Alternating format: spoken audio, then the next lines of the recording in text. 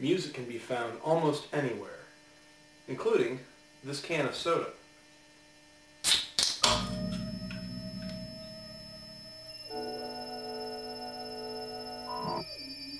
So wouldn't it make sense then that we use other subjects to reinforce musical learning, and use music to reinforce learning in those subjects as well?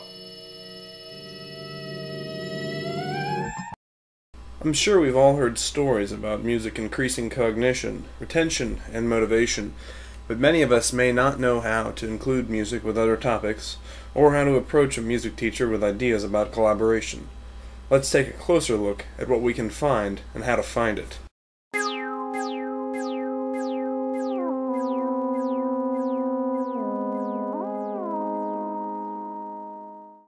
A simple Google search of the phrase, including music with other subjects, reveals a wealth of information on the topic. We find many websites that include snippets of information.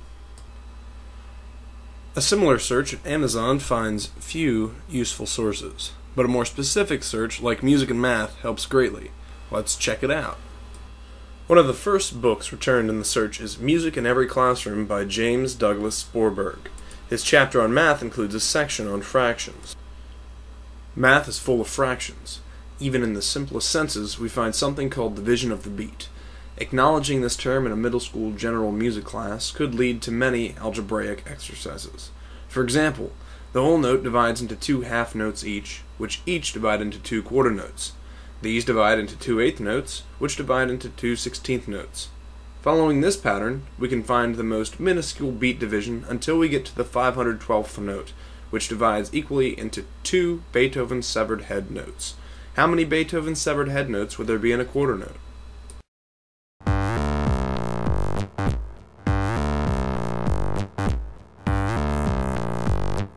Music and language arts is one of the easiest collaborations. A search of music and language arts will show us a variety of books at the local library or Amazon.com. The first book is Listen to Learn by Terry Tibbett. It features a variety of not only language arts and music ideas, but also social sciences and music lessons. A very simple way to incorporate music and language would be to have the music classes set classic poetry to music, or create a musical narrative for a classic story. On the opposite side, it is also possible to analyze modern song lyrics like classic poetry.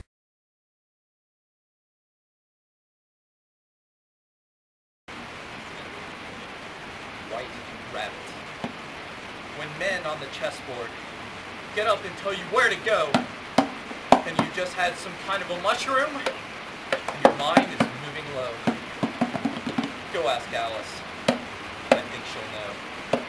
In logic and proportion, fallen softly dead. And the white knight is talking backwards. And the red queen's off with her head. Remember what the dormouse said. Feed your head! Feed your head! Feed your head!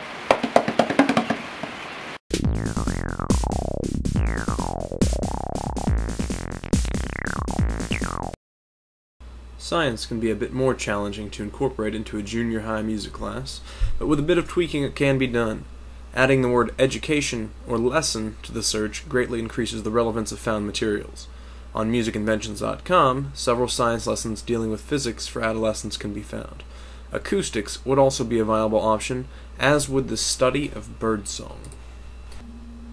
We are currently observing the northern black rock bird, an elusive species of North America. Here we find the female grazing. It won't be long before she'll be taking a mate. The males of the species dwarf the female in size, and often perform elaborate courtship displays to attract a female. Here comes the male now.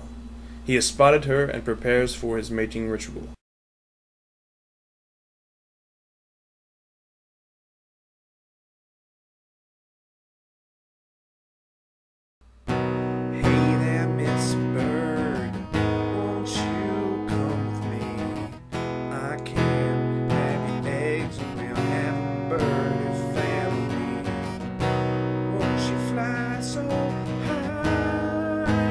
To the sun, I swear to you.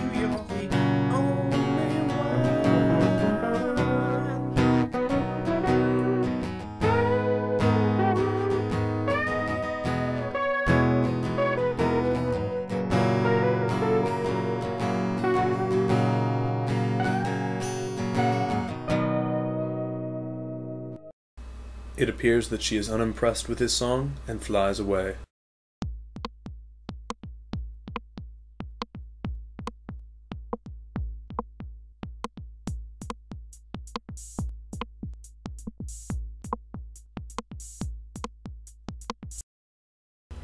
In a perfect world, we'd be able to collaborate an entire grade level to form an epic curriculum that would examine every aspect of a topic.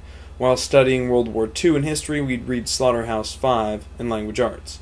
Government class would cover the politics of the day, while music classes studied Hitler's use of Wagner and Beethoven in campaigning. Math classes could be solving story problems involving Churchill and Franklin D. Roosevelt, and science could explore radiation.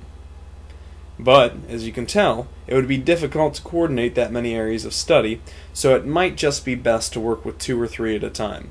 Hopefully, after seeing a few of the materials available, and also discovering how to search for them, you have a better idea of what's out there for teachers and students.